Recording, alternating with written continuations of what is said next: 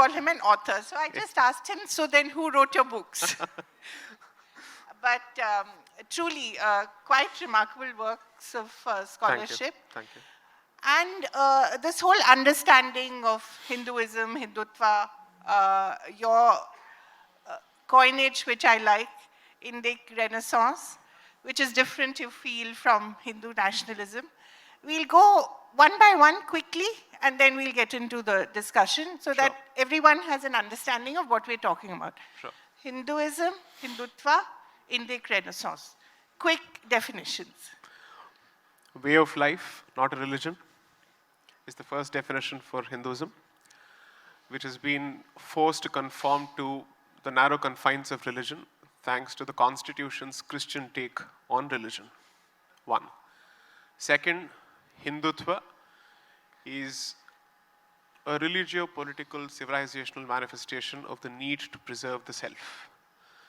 And therefore, it has a resistive component. And as I said before, it is the need or the necessity of the times that Hinduism lives in. Indic Renaissance is perhaps my way of looking at it, or perhaps I'm one of the stakeholders, which is to say that political Hindutva alone cannot do the job, because at the end of the day, it has a tendency to reduce nuance. It has a tendency to perhaps exploit a particular genuine sentiment for political ends, rightly so. However, societal Hindutva perhaps means the percolation of Hindu consciousness at every level in different fields, which includes culture, education, which was discussed today extensively, I think 2 sessions ago, legal thinking, political theories, environment, economics, and whatnot.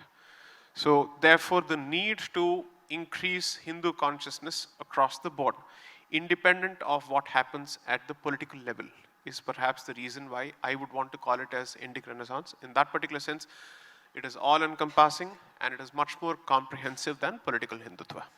So are we in the age of Indic Renaissance, or are we at the cusp of it? I would say we are barely at the beginning of it. I think there's a long way to go, because you see, over the last 3 or 4 years, conversations have been repeatedly and repetitively revolving only around the question of what the Marxists and, let's say, the Nehruvian coterie did to history in terms of distortion. I think that discussion is more or less done and dusted. Now I think it's time to implement an action and put out the work. Because after a point, it ends up taking the shape of endless victimhood, where there is there is no value addition.